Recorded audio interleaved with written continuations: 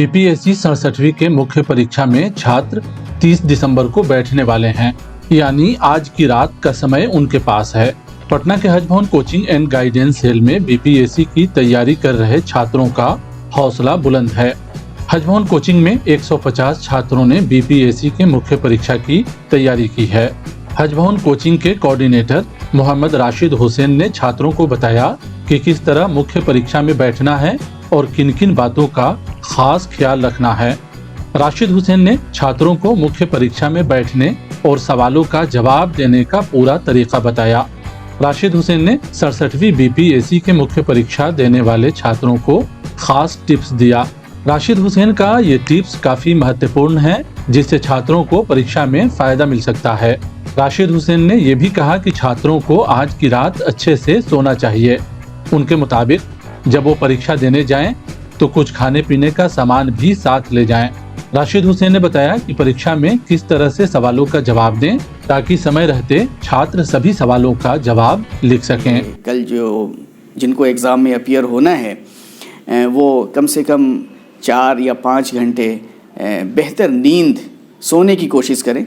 रात में जग के पढ़ने की बनिस्बत रात में आराम करना ज़्यादा सूदमंद साबित होगा, क्योंकि 2 पेपर्स के एग्ज़ाम हैं।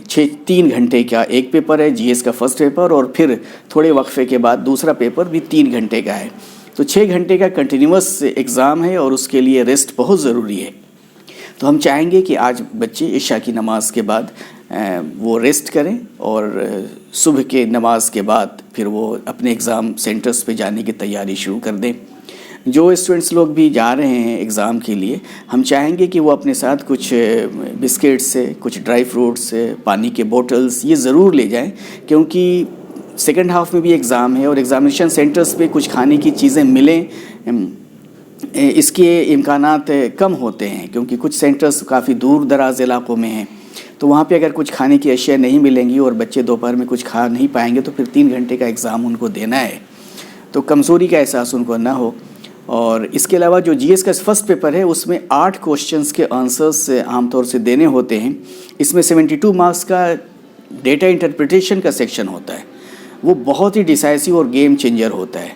तो हम चाहेंगे कि स्टूडेंट्स लोगों को जो यहाँ पे ताकीद की गई है कि पहले डीआईज के सेक्शंस को अटेम्प्ट करें और दोनों क्वेश्चंस सॉल्व करने के बाद मुझे उम्मीद है कि अगर उनकी प्रैक्टिस बहुत अच्छी हुई होगी, जैसा कि यहाँ पे कराया गया है, तो 22 मिनट्स का वक्त मिलता है एक क्वेश्चंस के आंसर्स देने में।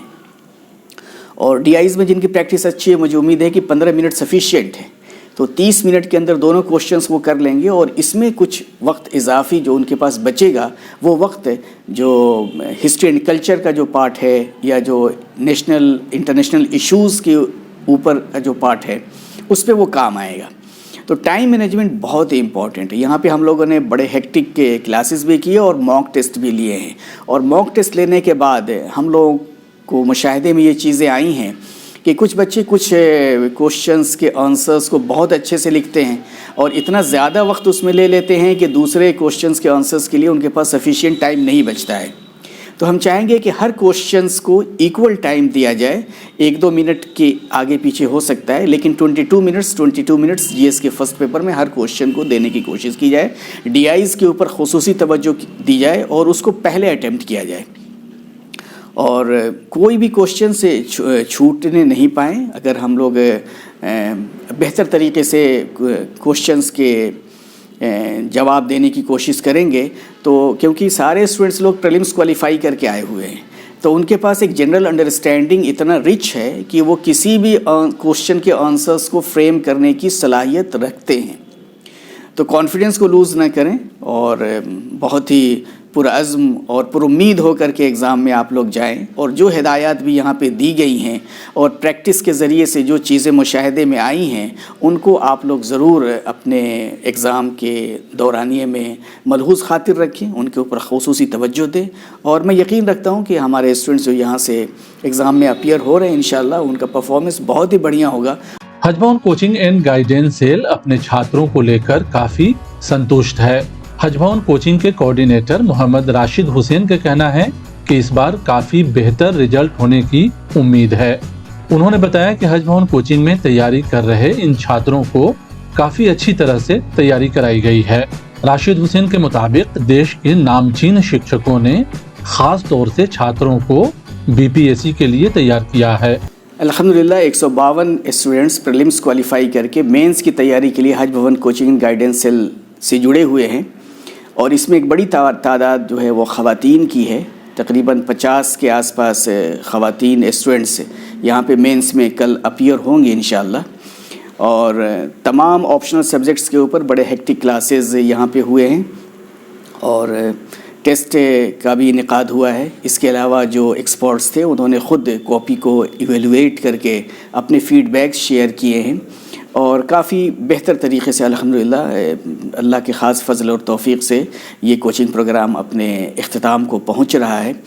और जो स्टूडेंट्स लोगों के साथ हम लोगों का जो रेगुलर इंटरेक्शन हुआ है और उससे जो हम लोगों के अपने उनके बारे में जो तवक्कुआत है वो बहुत ही आला है और हम उम्मीद रखते हैं बहुत ही बेहतर रिज़ल्ट्स की इस बार इंशाअल्लाह, क्योंकि कई तकरीबन 11 सब्जेक्ट्स के ऑप्शनल्स के ऊपर यहाँ पे हेक्टिक क्लासेस हुए हैं। इसके अलावा जनरल स्टडीज़ के डिफरेंट सेक्शंस के ऊपर क्लासेस हुए हैं, टेस्ट सीरीज़ का इनेकाद हुआ है और अल्लाह के फ़ज़ल से बहुत ही कोहना मश्क असातिज़ा की खिदमत इस बार हम लोगों को मिली हैं। तो बहुत ही बेहतर रिज़ल्ट्स की हम लोग तवक्को रखती हैं और हम इस मौके पे हमारी नेक ख्वाहिशात तमाम स्टूडेंट्स लोगों के साथ हैं और हम दुआगो हैं कि उनका परफॉर्मेंस बहुत ही बेहतर हो, बहुत ही आला हो और वो बड़े बेहतर रैंक्स को इंश्योर करें इंशाअल्लाह।